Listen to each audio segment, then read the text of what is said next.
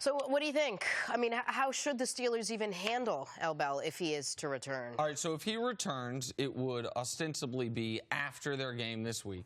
They would have 7 games remaining. And if I'm Pittsburgh, the way I handle it is I put him on the exempt list for 2 weeks. Yes. So in that way, he can be in the building. He can be in the building, he gets be in paid. meetings, but at a lesser rate. Right, at a lesser rate, but forget the money side of it. The money. Listen, Le'Veon Bell, here's the thing people have to recognize when it comes to the money. I think Le'Veon Bell would tell you this. He has chosen conservation over compensation. Like, this has clearly not been the right decision from a financial perspective. But if he has decided, I'm the most heavily used running back in league history, I'm awaiting the one long-term contract I'm ever going to get, it is worth it sacrificing these $10 million some dollars, that's his prerogative. I think he has chosen conserving his body over the compensation. So why come back at all this year? Because I think he understands that he is taking an enormous risk as far as giving the Steelers the leverage, where if they wanted to be spiteful, even though they've given indicators they wouldn't, if he doesn't come back this year, they could franchise him again.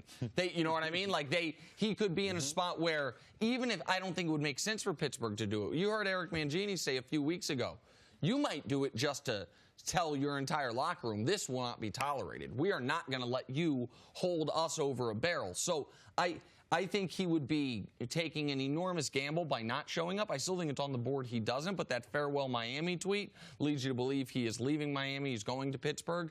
And then, but to answer your question, I think James Conner right now is, at this very moment, better because he's been playing all year, because he is in better condition. I think by the end of the year, you would have a real question, but early on, I'd go a couple weeks exempt, and then I would slowly get him involved in the running game, see? I would change my offense, and I would let my offensive coordinator know this is what I want to do. And it's a unique situation. I do believe James Conner is the future.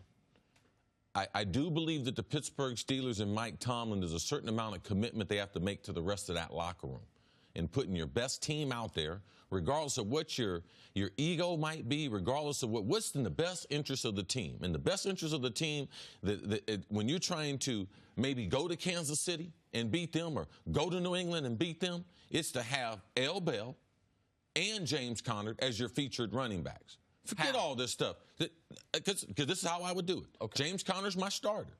El Bell's not ready to play. I don't care if he's been in Miami working out.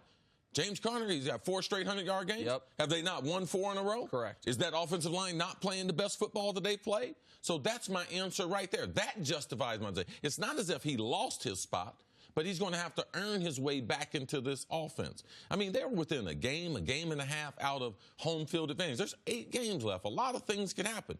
What if Pittsburgh end up with the 1 or the 2 seed? Like, I think the best Pittsburgh Steelers team is now not an unproven James Conner, but a proven Conner with a fresh El Bell that I can put in matchups. I can use how I want to use. Forget what his goals are. Forget what's going to happen next year. I'm not going to help him not because of spite, not because I don't think it's in the best interest of Pittsburgh. I would go forward with 2 running backs and attack the rest of this 8-game schedule, trying to win as many of those games as possible. Could they look at, just 1 year ago, the template from New Orleans, with James Conner being the Mark Ingram and with Le'Veon Bell being the Alvin Kamara? 2 guys who we saw both have, I think it was, 1,200 yards from scrimmage combined. The 2 of them might have been 1,500 yards. I know it was the most pair in league history. Kamara was more of the receiving threat and then get out on the edges. Mark Ingram more of the hammer. Could they do something like that? The problem with that is there's such respect from Alvin to Ingram. And you're not going to have that. Even though they have a relationship, James Conner to El Bell has told them, I'm the most important thing. This team winning is not the most important thing. James Conner's growth is not going to be an important thing. So I don't think you're going to get a complete buy-in, because if El Bell is true to what he's done, that he's trying to showcase a rested body, he's going to want to be on the field as much as possible. So I thought about it the different way. I thought I think Le'Veon Bell believes, as long as I'm healthy, my body of work speaks for itself. I thought, in my eyes, he'd be very satisfied. That's what I thought. With 10 to 15 carries and touches. I have never seen a superstar sit out there and watch the game and know they can make an impact on the game and be satisfied. Now, we've never had a contract issue like this, but I just believe when you get the blood and stuff, when he gets away from his agent and he gets back in that locker room, then all of everyone is in there to play football. Okay. And we have a buy-in to say, man, for this game, for this week, we're getting ready to everyone buy in and do whatever they can so that we can win this game. Now, L. Bell's going to have to prove that to his teammates. That's why I start James Conner. And that's why I don't miss a beat. And I let them know this is a role, and you can either accept it or you can sit around and pout. I don't care. I think it's time for Mike Tomlin just to continue with listen, I'm here to win football games, and James Conner is going to be part of their future. Is there something to what ain't broke, don't fix? I mean, for once all season, there's no real drama in this Steelers locker room. They've won 4 in a row. Nobody's complaining about anything. And we already know that this locker room is a little frustrated with the whole L. Bell situation. Is there something to riding this out and seeing where it goes, even if L. Bell comes back?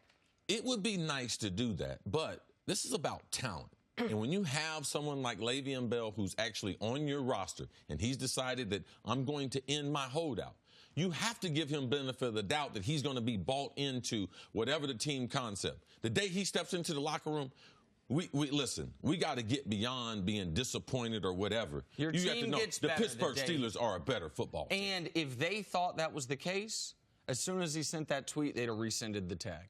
If they thought it was the case that him coming here is going to be more trouble than good, that he can't help us, they'd have rescinded the tag and let him go sign elsewhere. Like there is going to be some consternation. There's going to be some frustration. There's going to be we've all gone through the football version of boot camp together, and then this guy comes in for the fun part, the games and the playoff push.